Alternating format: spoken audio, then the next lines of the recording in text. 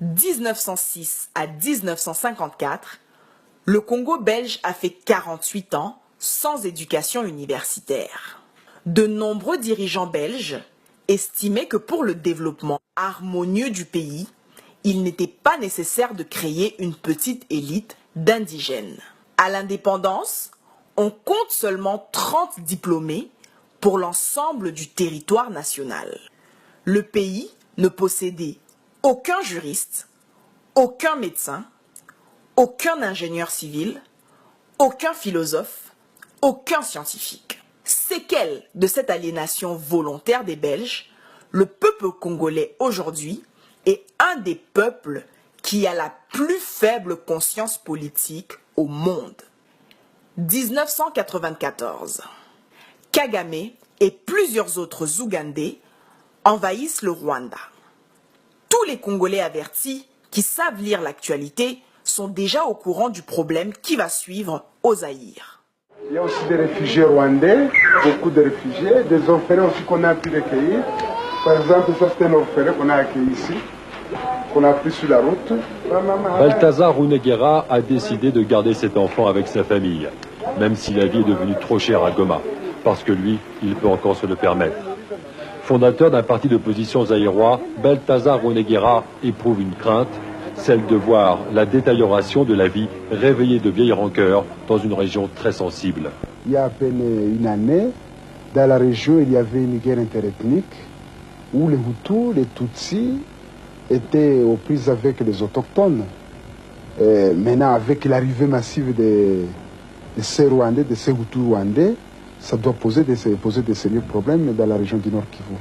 Il y aura inévitablement, tôt ou tard, on va avoir des problèmes ici. Il y aura encore des guerres, ça c'est sûr certain. Si les réfugiés restent. Si les réfugiés restent, il y aura des guerres. Vous voyez déjà à Saké. Plus de 1 million de réfugiés Hutus armés ont traversé à l'est du Congo. 2 ans plus tard, le Rwanda fait la guerre et occupe le Congo. Les Congolais avertis savent déjà que le Congo est occupé.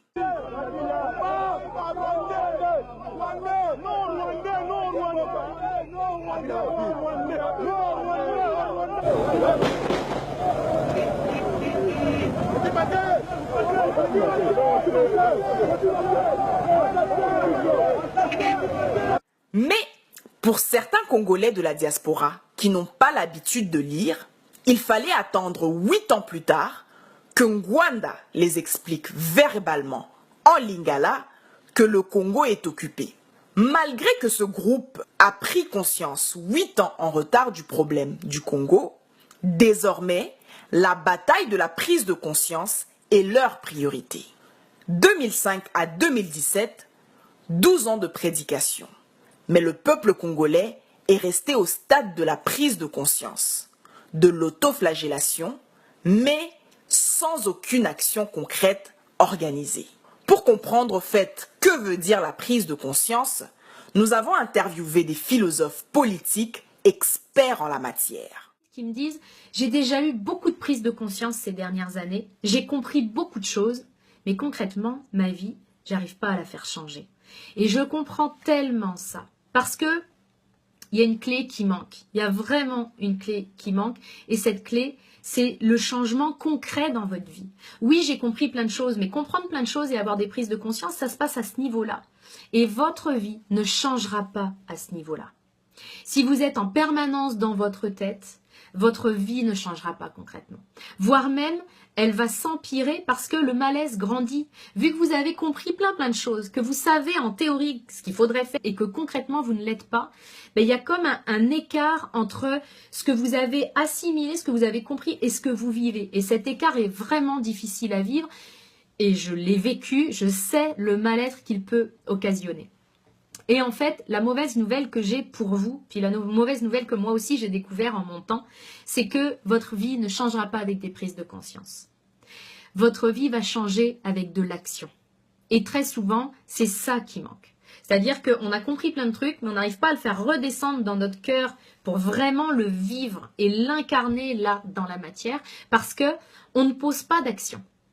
On a peur, donc on reste dans nos peurs, puis on réfléchit en se disant et en espérant que à un moment donné, on va avoir un déclic et puis que on n'aura plus peur de passer à l'action. Et ça, vous pouvez l'attendre longtemps si vous êtes dans ce cas-là, malheureusement. Parce que la peur fait partie du chemin. Donc, c'est tout à fait légitime d'avoir peur de passer à l'action. Alors, quand je vous parle d'action, vous le savez, je ne parle pas de rentrer dans la spirale du faire, puis de faire tout et n'importe quoi. C'est vraiment de faire des actions justes. Et pour trouver les actions justes, il s'agit de trouver les actions qui sont alignées sur celles que vous êtes vraiment. Pour ne pas que vous attendiez le bon moment, le moment où tout serait facile, le moment où il n'y aurait plus de peur, parce que ce moment-là, vous pouvez l'attendre très longtemps. Et c'est d'ailleurs pour ça que beaucoup de gens, 80% des gens qui sont sur le point de quitter cette terre, qui sont sur le point de mourir, meurent avec des regrets. Je ne sais pas si vous aviez entendu parler de cette étude-là, mais c'est parce que souvent, on attend d'avoir le temps, on attend que ce soit le bon moment, on attend que tous les feux soient ouverts, puis d'être certain vraiment que ça va marcher. Ça ne marche pas comme ça. Donc, passez à l'action.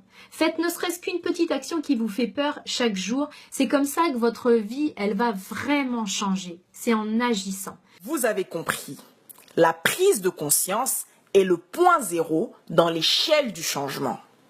Lorsqu'on a zéro organisation et zéro courage pour matérialiser cette prise de conscience en action, on reste au point zéro.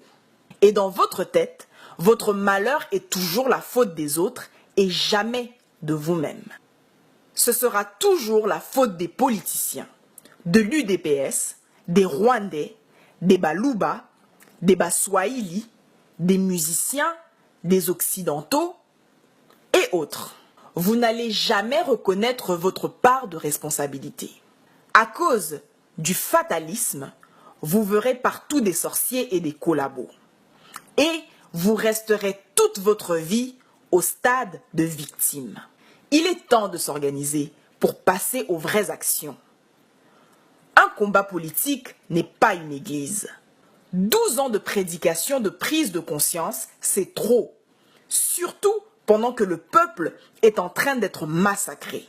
Seul le courage d'agir et l'organisation pourra nous libérer de la prison de la prise de conscience. Soki Mutu, pendant 12 ans, à prendre kaka conscience yakobala, mais azobala te, c'est que aza peut-être pédé.